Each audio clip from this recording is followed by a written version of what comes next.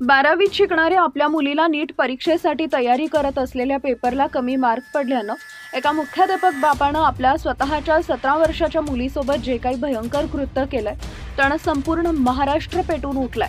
17 वर्षाच्या या मुलीसोबत मुख्याध्यापक बापानं केलेल्या निर्दयी कृत्यानं मुलीनं रात्रीच जीव सोडला। हा धक्कादायक प्रकार सांगली जिल्ह्यातील आटपाडी तालुक्यातून समोर आलाय। नेलकरंजी गावात ही घटना घडली आहे। या प्रकरणी वडील धोंडीराम भोसले या मुख्याध्यापक पित्यास अटक करण्यात आली आहे। शुक्रवारी रात्री 9:30च्या सुमारास हा सगळा प्रकार घडला। मुख्याध्यापक बापानं आपल्या मुलीसोबत जे काही कृत्य केलं ते ऐकून तुमच्याही अंगावर अक्षरशः काटा येईल।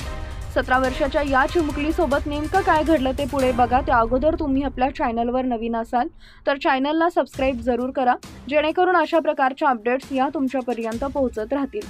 साधना भोसले ही 12वी मध्ये शिक्षण घेत होती। डॉक्टर बनण्याचं तिचं स्वप्न होतं। साधना ही आटपाडीमधील विद्यालयात राहत होती।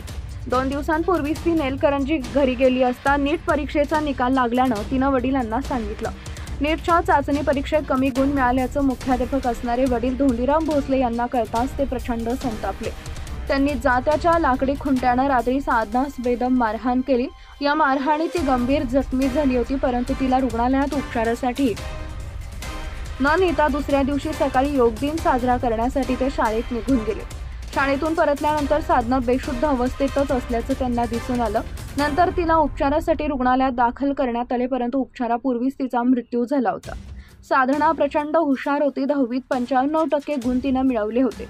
डॉक्टर बनवण्याचं तिचं स्वप्न होतं, पण केवळ नीटच्या चाचणीत कमी गुण मिळाले म्हणून मुख्याध्यापक वडिलांकडूनच झालेल्या जबर मारहाणीत तिचा हकनाक बळी गेलाय। साधनाची आई प्रीती भोसले यांनी पोलीस ठाण्यात फिर्याद दाखल केल्यानंतर रविवारी मुख्याध्यापक वडील धोंडीराम भोसले यास अटक करण्यात आली।